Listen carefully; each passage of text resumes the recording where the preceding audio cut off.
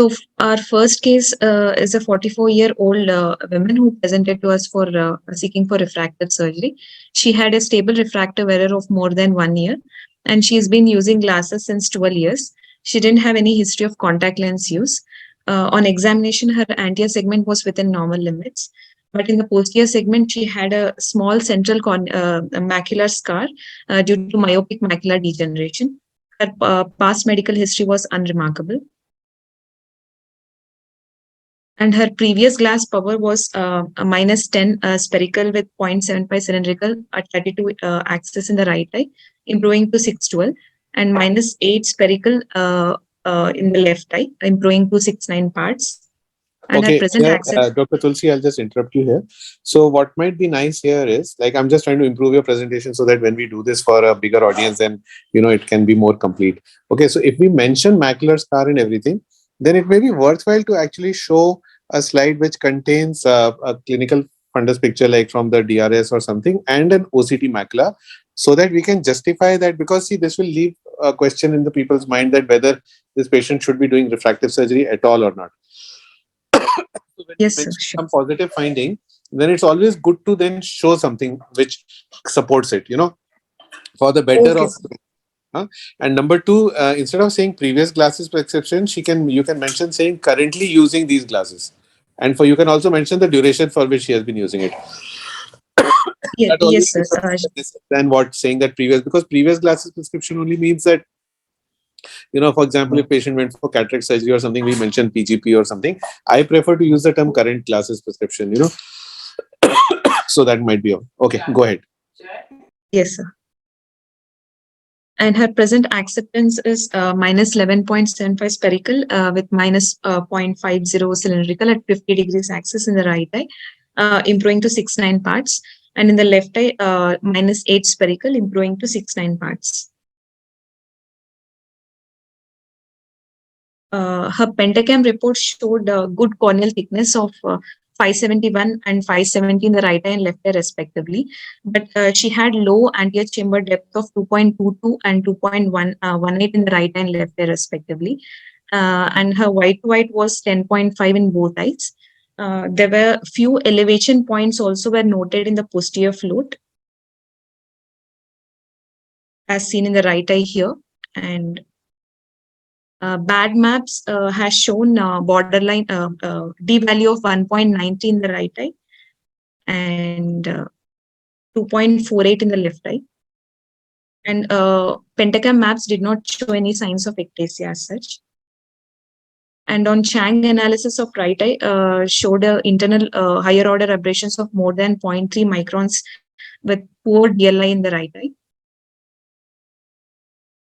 And other in the left eye, it did not show any significant higher order aberrations with good decent DLI.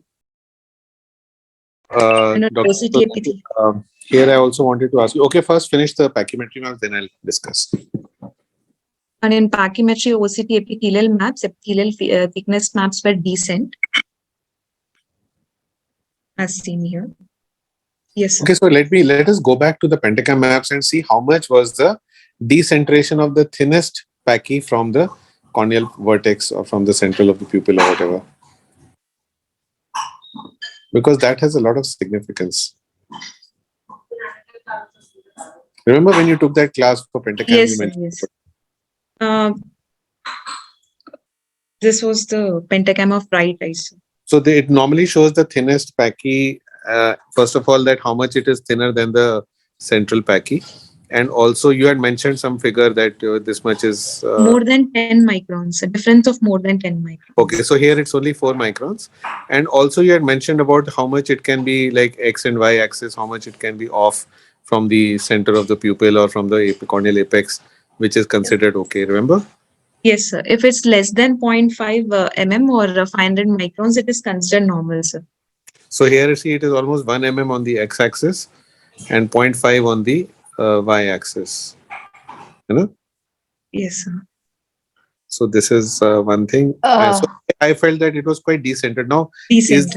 is this very decentered because our capture is not good, or is it decentered because you know are it is naturally decentered. See, if you look at it, it kind of, is this because your maps are compressed vertically or something, that it's looking like this, or is it on my device it is looking like your maps are vertically compressed. To fit in the slide, actually, I've elongated, sir. But when we look at the pachymetry vertex, generally, if zero number signifies that there is no decentration, but the thinnest location values show that they are more than 500 microns.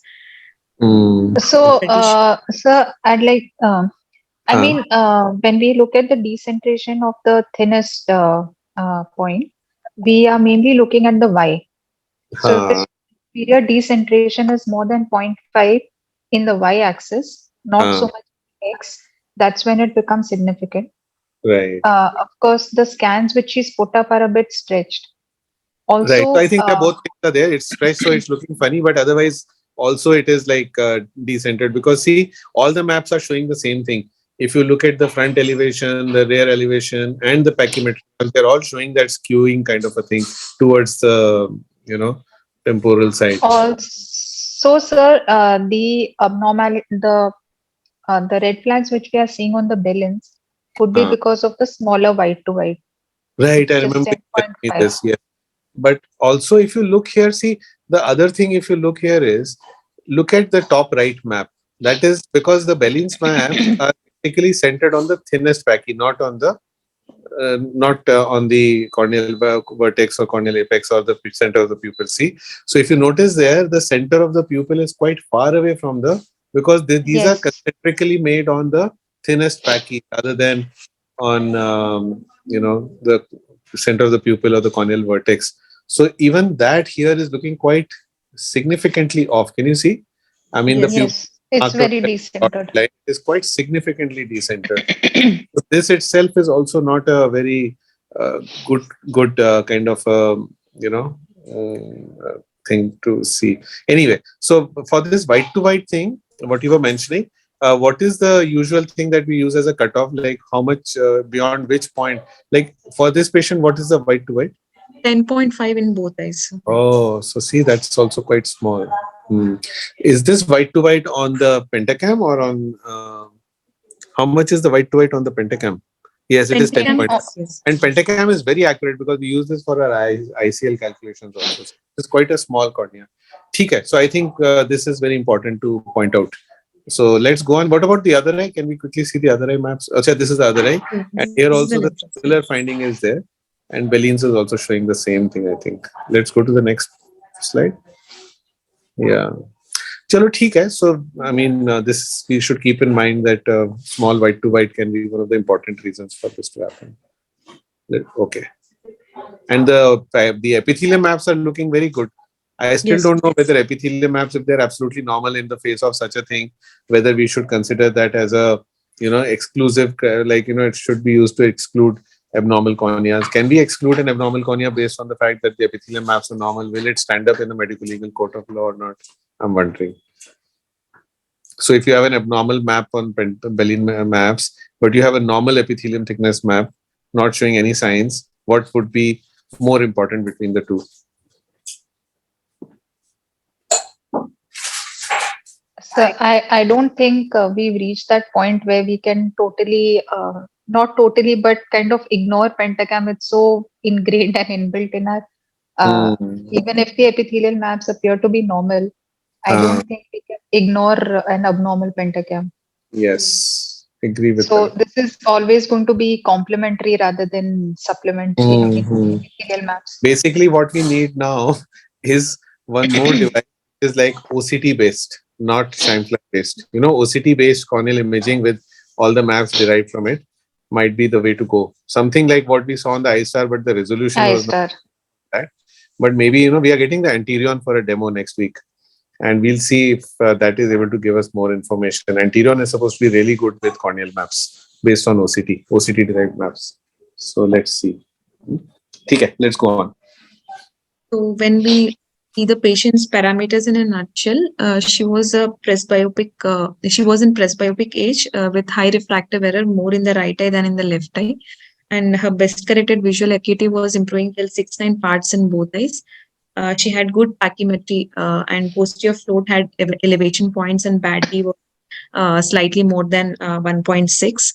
And her anterior chamber depth was low, and DLI was poor in the right eye.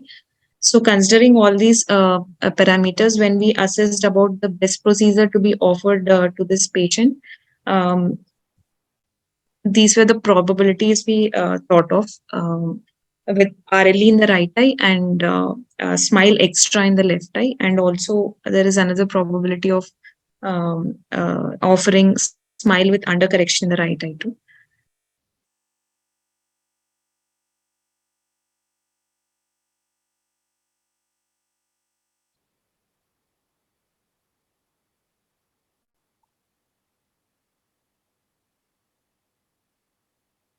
So, shall I move on to the next case, sir? No, we should discuss whether we made the right choice or not.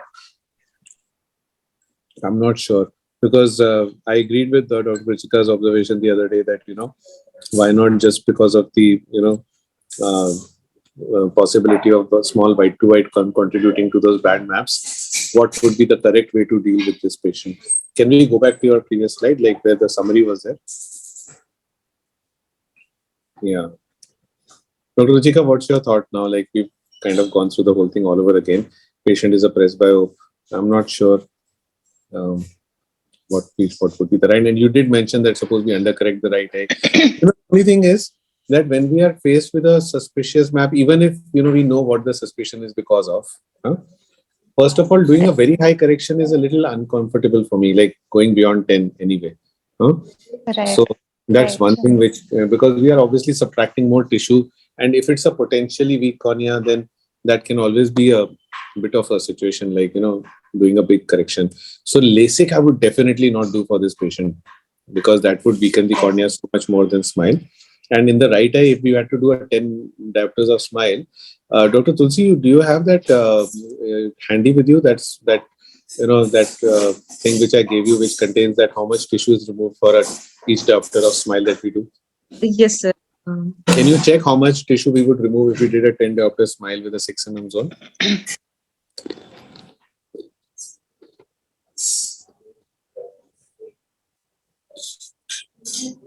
I would think it would be to the tune of about 140 or 150 microns. Yes, sir, exactly. 137 microns, sir. So that's another thing that, whichever thing we do, whether LASIK or this thing, we will use around 140, 137, 140 microns. So smile will obviously be safer because we are at least leaving behind a cap. So even if in the right eye we had to still do a smile, I would probably still do a smile extra for two reasons. One is the high correction, and second is the slightly suspicious cornea, at least on the those few things that we saw. And so somehow that's why on the right eye, and the poor DLI was there as well, especially in the right eye. Dr. Yes, Ruchika, I mean, so I thought that maybe offering this patient better quality of vision and she does not improve in the right eye as much as she improves in the left eye with refraction. Is it, or it's improving equal? Is it? Yeah, it's equally. So actually, both options are probably okay. And our patients with Smile Extra are showing fairly good results. We had one patient follow up, I think, yesterday only. Yes, almost months post-op. How were the post-op maps of that patient, the epithelium maps and the pentacam maps? There was no much of a haze in the patient. The patient was improving till 6.6 and she didn't have complaints other than mild irritation. Dr. Ruchika, do we have any patient of Smile Extra who's not doing well? So I haven't not in the recent past. I haven't seen a follow up of Smile Extra. Oh. But yeah, I think we had one patient who had developed bad haze. Yeah, I remember. From what I remember, that was a couple of months back.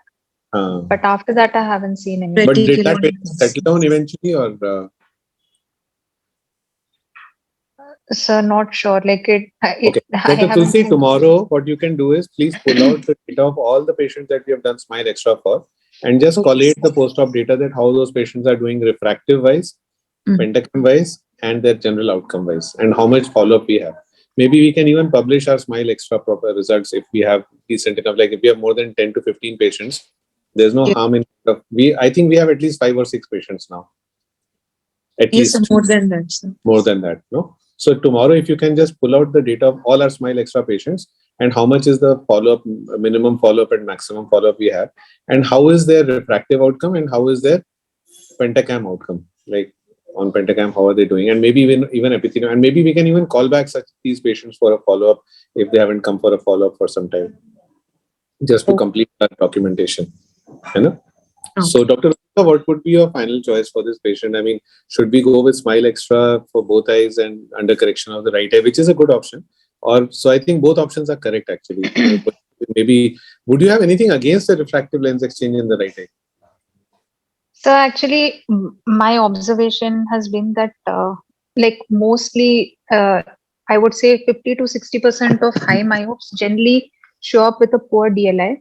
But when Hmm. I see a poor DLI, I usually get the eye trace repeated because many Hmm. times just with a repeat eye trace, somehow the With a DLI direct, changes huh? completely. Hmm. No, sir, even an undilated, Hmm. like if I see a very bad DLA, which does not a DLI, and clinically I don't see anything, Huh. and everything else seems pristine, I get it repeated once because many Yeah. times there Hmm. is just for no reason the DLI appears poor. I agree. In fact, So anybody if having a poor DLI, we should get it repeated. I always do that. yeah, so I have started doing that Huh. because especially if we have RLE as a choice of surgery, then before taking that call, I would definitely repeat the DLI. I mean, I just to agree. make sure that the DLI is actually poor. Hmm. And then possibly we can justify RLE in the right eye. But otherwise, I think with the good pachymetry and everything else, even Smile Extra would be Good. a okay Especially option. because we are getting good Especially, outcomes with our Smile Extra. yeah, and she's anyways a presbyope, so leaving her a little myopic in the right eye would be okay. I agree with you on that. Okay. So I think we have good discussion here, and both options seem like possible options, and definitely left eye also.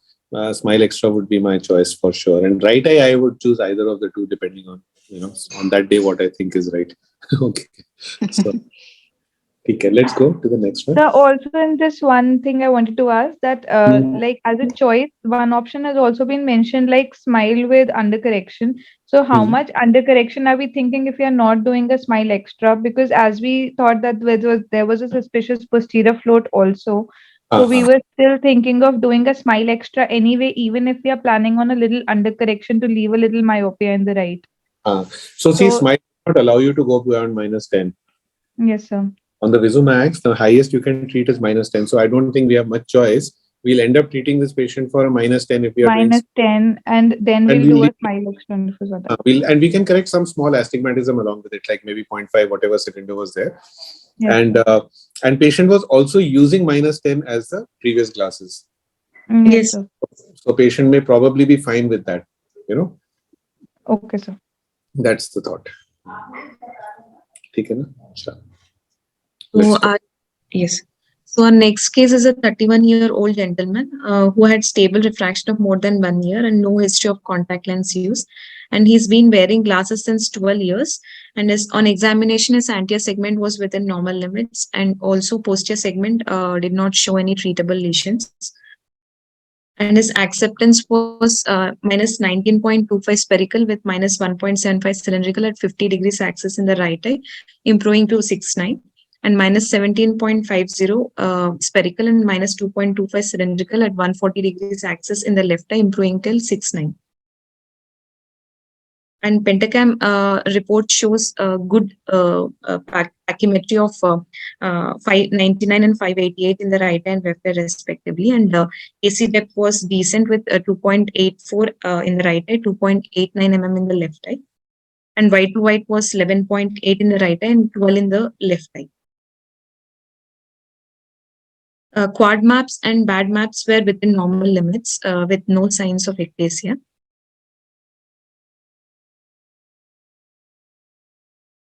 And Shang analysis of right eye shows high internal higher order aberrations and poor DLI in the right eye.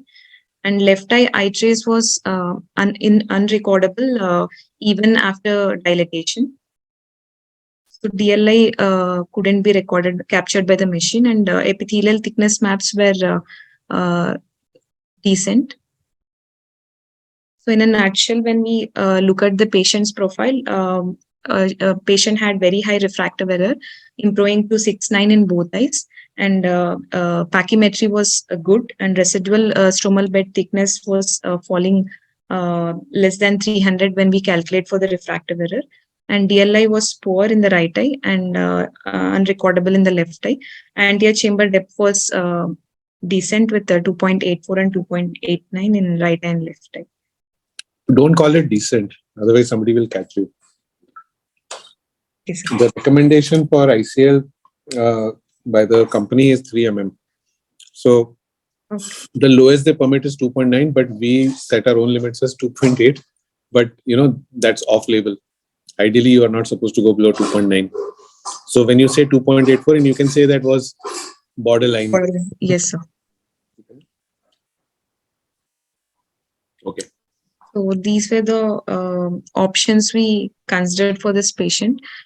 So because the patient had poor DLI, the first option would be RLE, and followed by offering the patient with toric phakic IOL.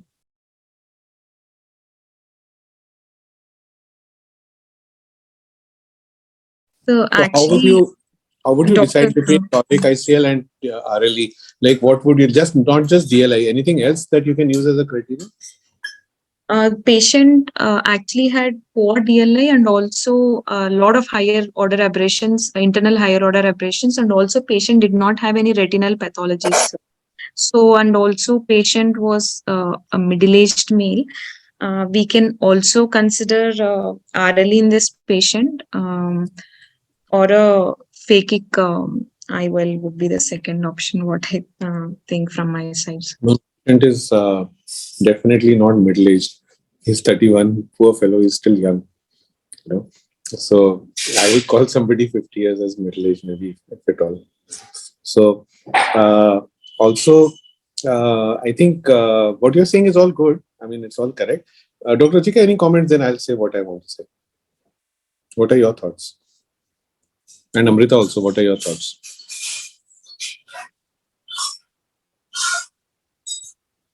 Sir, I remember there was a similar patient by the name of Hina Parveen that we had treated for a 2.8 ACD before.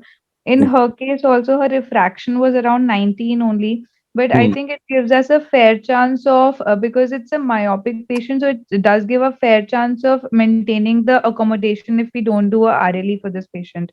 So sometimes these patients, like that particular patient, had responded really well after the phakic lens and not planning a RLE. And on the other hand, that other patient in which we had for which we planned a femto in the other eye, which in which the this thing happened. No, what was the name of that patient, sir? In which the choroidal effusion we had on table, that thing happened now. So always with high myops, the fluctuation of the chamber can be quite unpredictable sometimes.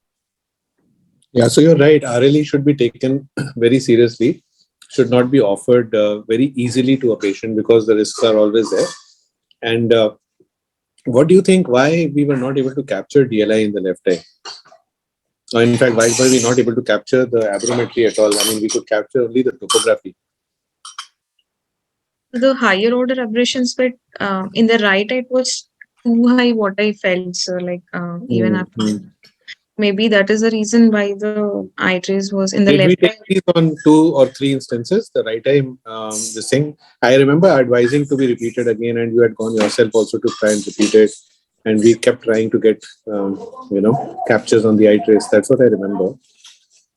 After putting lubricant eye drops in some patients, the eye trace could capture it, and after dilatation in few patients, but even after dilatation in this patient, they couldn't capture. I'm wondering why. What could be the reason? What is it? Because patient can't fixate sometimes that you can't capture it, or what may be the cause? Yes, sir. I was also thinking the same, that possibly it's because of poor fixation. So then maybe, if the eye is mobile and patient is not fixating from the fovea, the thing will not capture probably. On the other hand, there are some patients where I wonder how they are able to capture it. They have nystagmus and everything and they still manage to get a capture on eye trace.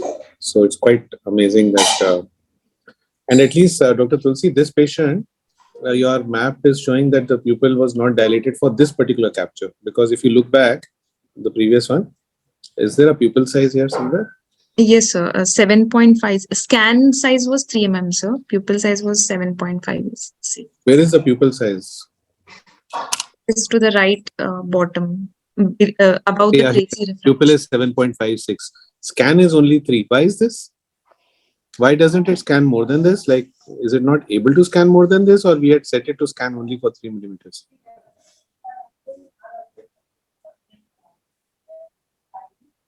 I mean, the aberrometry scan is only 3 Why is that? Normally, it should be able to scan bigger. Tomorrow, can you please check this out and try to do some scans on fuller pupils and see whether, this is something which we can manually set to scan at 3 or it decides on its own. Okay, sir. I'll cross. Let's check this tomorrow, because this would be very important.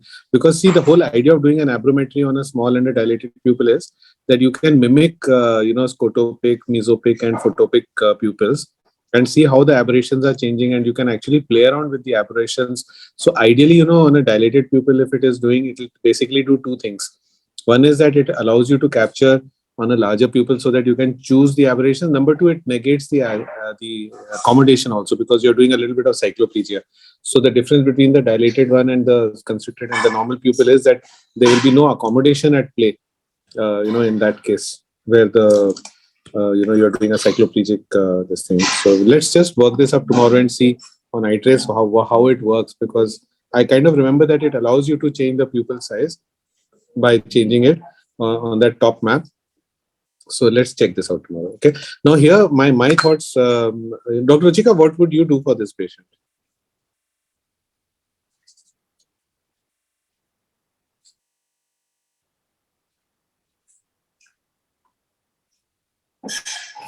I think she's. Hello. Yeah. Yeah. Sorry, I was Okay. on mute. That's okay. So, sir, with the right in the right eye with RLE, I don't think we can do a full correction, right? With ICL. Yeah. Sorry, ICL. With ICL, with the star ICL, we cannot. With IPCL, we may be able to do it. But with star, we may have to do, with star ICL, we may just have to do a spherical correction, and the cylinder can be corrected on the cornea. So, sir, based on like this patient's eye trace and everything, I would prefer a RLE. For the right And eye. also because, Even in the right eye, I even think it might go beyond the range. even the ACT is, I mean, like it is just about borderline. I agree. So considering all of that, I agree. We have Also, offered the a orally third criterion that I use is that suppose DLI is very poor, but patient is improving to a good 6/6 and crisp vision, then I don't look at the DLI too much. But if the patient is not improving well and very struggling to kind of reach 6/9 or 6/12 with poor quality of vision and not being, you can make out when you're doing the refraction that how well the patient is kind of reaching that level. Those patients I would be more okay to do a RLE. Whereas those who are, improving with refraction very easily, to a good 6/6 or 6/9, I may consider them for a ICL or a refractive surgery, laser refractive surgery procedure. That's another criterion I use for deciding about RLE versus, this thing, ICL. But I agree. I was also thinking that for this patient, I may actually end up doing a refractive lens exchange. Okay, so let's. Mentioned about the spectacle correction, the quality. So does the E-chart on the eye trace help with it when we can do a spectacle and a non-spectacle correction? Does that show the proper quality of vision what the patient is facing? That's only that's only some derivation of that E thing is not really true. Okay, it's just that what the machine is trying to derive from the aberrometry map. Okay, so it is trying to, so basically you don't really need that E if you're looking at the Chang analysis. It will actually tell you if it's disturbed. So if the internal aberrations or corneal aberrations are very high, the E will be bad anyway, right? But yes, it's more like a pictorial representation of what the actual aberrations are. The higher the aberrations, either on the cornea or on the lens, the higher that chances that E will look distorted to you, right? Yes, sir. So it may be just like an easy way of looking. For example, on the perimetry maps, when you look at the grayscale, that's something similar to that. Okay, sir. Okay. So let's go on to the next one. Third case is a 38-year-old woman who had stable refraction and no history of contact lens use. And previous glasses she's been using since 26 years. And her anterior segment was within normal limits, but in posterior segment, she had retinal flap in the superior nasal quadrant of the left eye, which was lasered and adequately sealed. Her acceptance was minus 8.75 spherical in the right eye and minus 8 spherical with 0.5 cylindrical at 180 degrees axis in the left eye. Her pentacam report shows good corneal thickness, borderline corneal thickness of 472 in the right eye and 485 in the left eye. And low ACD of 2.62 and 2.68 in the right eye and left eye, with the white to white of 10.9 in the right eye and 11 in the left eye. She had a mild superior steepening in the axial maps of right eye and left eye. And there were no signs of ectasia in all the maps. And thickness profile maps were good in both right eye and left eye with the normal D value. Her eye trace showed a bit of more higher order aberrations in the right eye with more than 0.3 microns of HOAs in right eye and DLI of 3.71 in the right eye. With left eye did not show any significant higher order aberrations and DLI was 4.92 in the left eye. Can you stop here for a moment? Yes. So here again, see the scan size is 3 mm, but if you go to the other eye, the scan size was bigger, I think. Yes. 5 mm. So why does this change? And can we change it manually or it just does it automatically? See, the pupil Manually, size here is, once I've tried to change it manually, sir, I couldn't find any option. We called the company person and the company person said that there is no option of changing it, but I'll have to again because look through it this is worth thoroughly. looking into that. Yes. Here the pupil is 6.6, but the scan size is 5.1. Now go to the other eye. Here again, pupil is 5.6, but the scan is only 3. And in that patient, the pupil was 7.6, but the scan was only 3. Yes, sir. So we should figure out how this thing is determined, you know.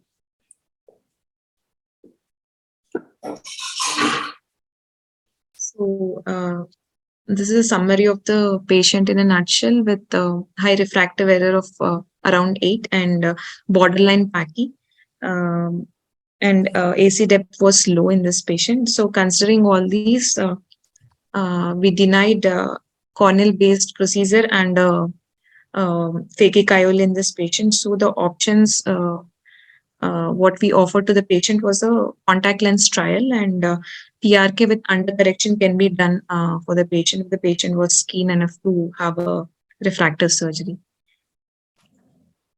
So whenever you write these options, always write the less invasive option on top. Otherwise, somebody will catch you. Yes. So you should have written contact lens trial first, and then PRK with undercorrection, and then RLE would be fine. Query. Right? Because RLE is always the last choice and always like something which you can put a query before it, always. So going back, what was the correction that the patient was currently using and what was the vision with those glasses? So her present glass power was 8.25, sir, and in the right eye and 8 in the left eye.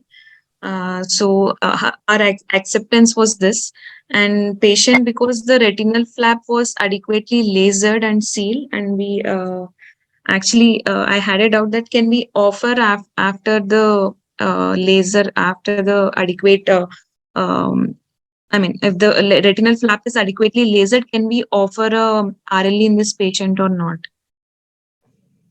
So see, of course you can after a period of time, like if you've given a time for 6 weeks for the laser barrage to take effect, you can theoretically, yes. Practically, we should see that how the patient would kind of be positioned and what is the need of the patient. So if patient is happy with a contact lens trial, I would push the patient for a contact lens trial initially. I would not jump into any surgery for this patient actually.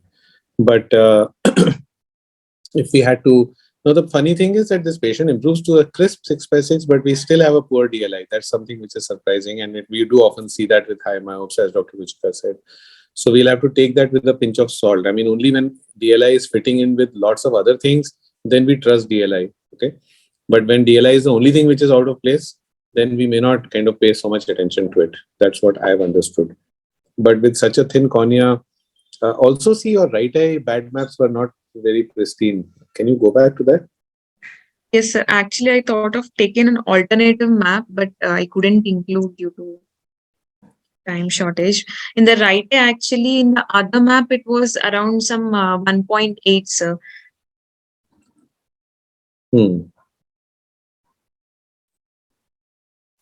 So, and epithelial maps were pristine.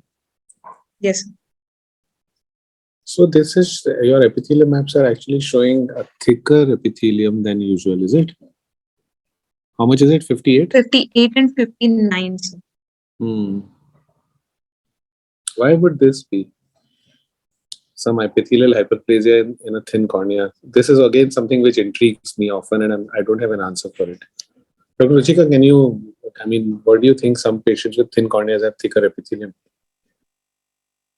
So I think that's just nature's way of sort of. Yeah, possibly, yes. Possibly, yes. So what do you think, Dr. Ruchika, for this patient? What would you do? So actually, options are limited only. I mean,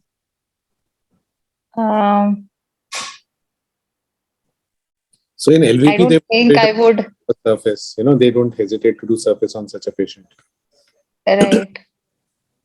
Actually, sir, I think maybe we should also kind of raise our bar for PRK and try, because so far, touch wood, our PRK patients have but been well. I have experienced, you know, whenever I've gone beyond 8, the risk of haze goes up significantly. So we'll have to increase our mitomycin also for those above -7 or 8. Like we are doing 30 seconds. I think we should go to 60 seconds at least for those people where we are doing beyond 100 microns ablation. So right. also for LVP, they're doing 10 seconds per diopter, which means for this patient, they would probably be doing 80 seconds, which is, you know, like a little more than even 60 seconds. But definitely, you know, we should try to increase our duration of this thing, and maybe we can follow a similar protocol. If not 10 seconds, then maybe, you know, 7 or 8 seconds at least. So, sir, recently I remember we had done a few patients where with the cylindrical correction, I mean, the overall ablation was a little high. So I did follow the 10 seconds per diopter rule. And for slightly higher corrections, that's what I follow. Otherwise, we are following, yeah, so that's what I do. So I I've think done it for a couple of patients. so for any of our patients where we are going beyond 5 diopters, maybe we can follow that protocol of 10 seconds per diopter. I don't see anything wrong. And only thing is the other thing, we have to pay attention to the other things also, like cold BSS if we can, and start, you know, maybe also for these high corrections, our topical steroid protocol should be more kind of vigorous, which means that, you know, we go longer. We normally go 6 weeks, we can go for 3 months for such patients. And maybe, you know, we can use, instead of FML, we can use Lotipred for such patients. I don't know. So these few things, but yes, I think our, you know, protocol for surface should be, we can make it more robust, and we can increase our percentage of patients doing surface, maybe. Okay. So I think, would you put surface as your first choice for this patient? So either surface or nothing at all. Like I don't. So nothing at all would be my first choice. Try to motivate the patient for this thing, and then I would not be too keen to offer every patient an RLE actually. I mean, every such patient, because then we'll end up doing this for most of our patients. Wherever we have another choice, we should avoid doing RLEs, I think. Yes. Let's go on. This is our last case, who was a 28-year-old female with stable refraction and no history of contact lens use, and anterior and posterior segment were unremarkable, with -6 spherical correction in both eyes, improving till 6/6, and pentacam maps were all the parameters were normal, and pachymetry was slightly to the lower side, 481 and 483 in right eye and left eye. ACD was good in right eye and left eye with 3.24 mm in right eye and 3.26 mm in the left eye. patient had mild inferior steepening more in the left eye than in the right eye. Bad maps were within normal limits. And eye trace maps were good with not much of internal higher order aberrations in both eyes. And DLI was 6.74 in the right eye and 4.47 in the left eye. And epithelial maps were good, with mild inferior epithelial hyperplasia in the left eye.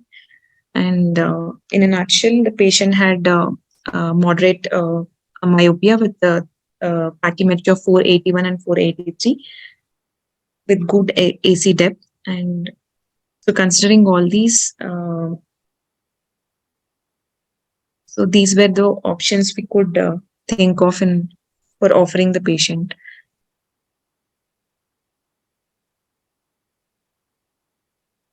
Amrita, what would you do for this patient?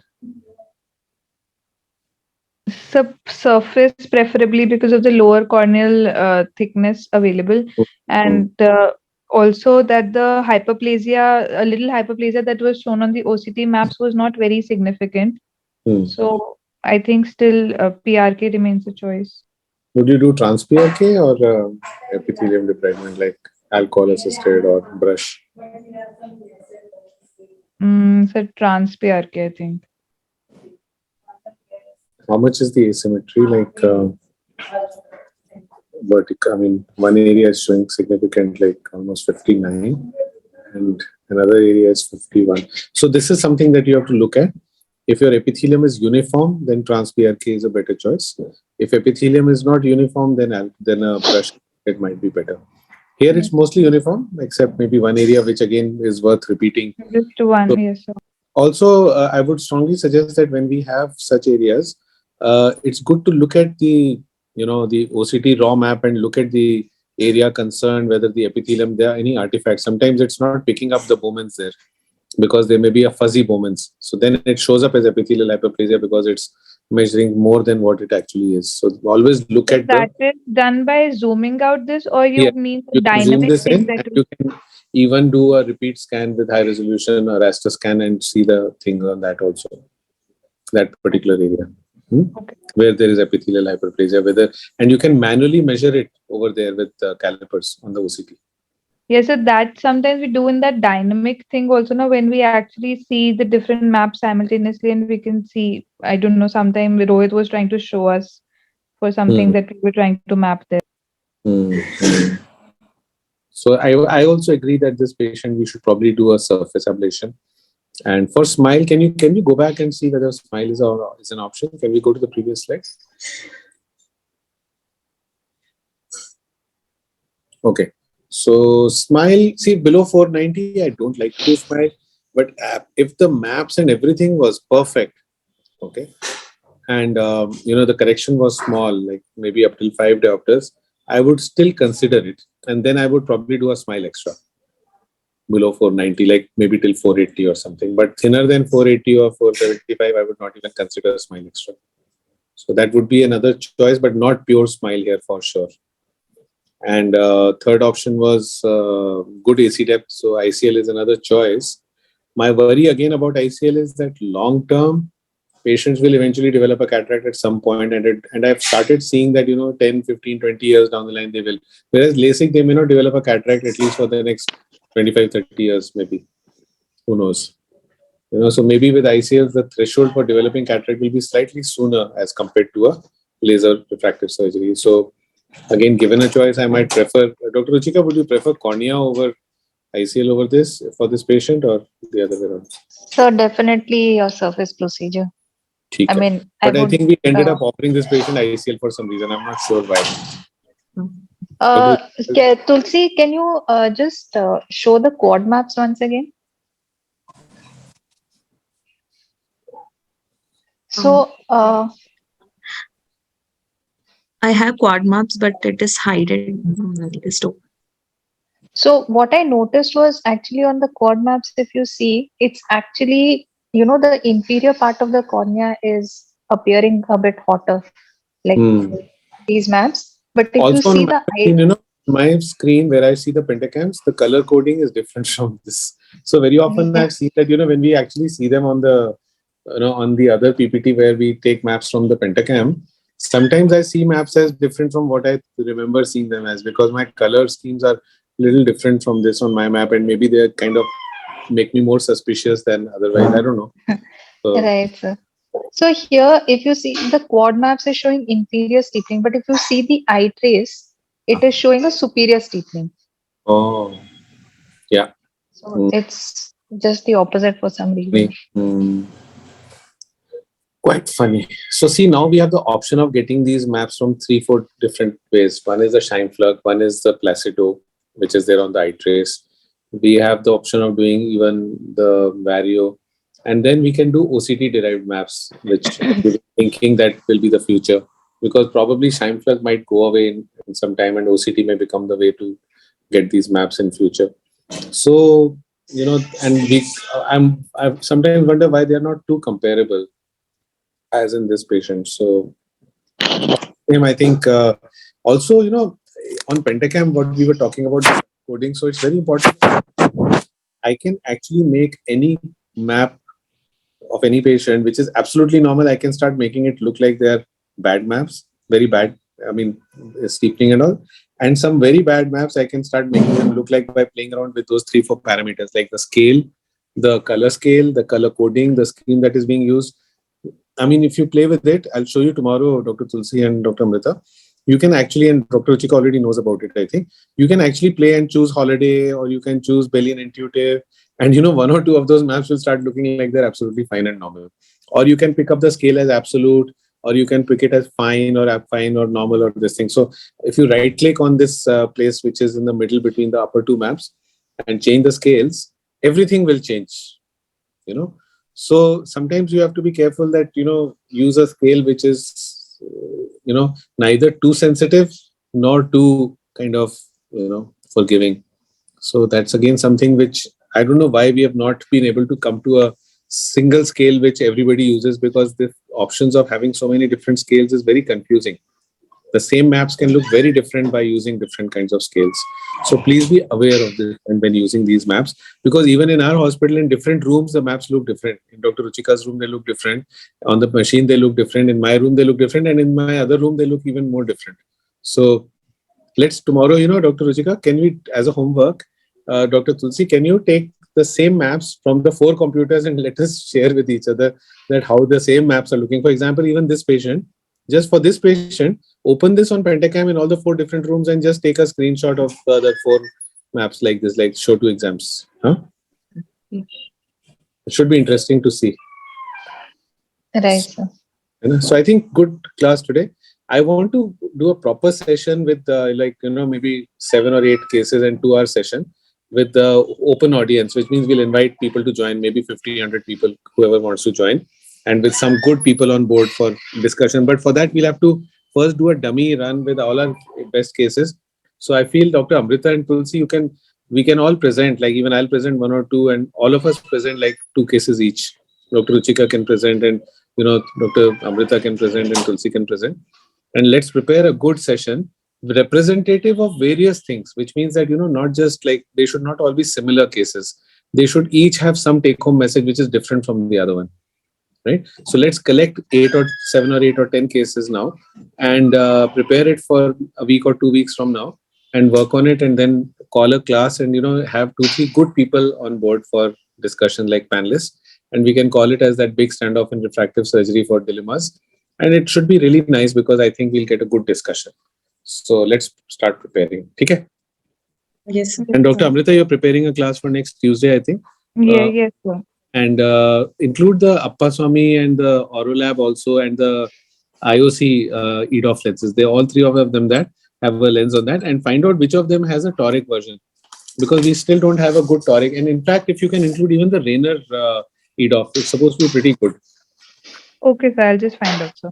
Okay. And Dr. Tulsi, you have to present the Pentacam class. So maybe in 2-3 days we can schedule it. Tomorrow we can decide when we want to do it. Okay. Okay, sir. Sure. Thank you. Thanks, everybody. Thanks, Dr. Chika. Okay, sir. Thank you, sir. Thank you. Okay, sir. Good night. Bye-bye.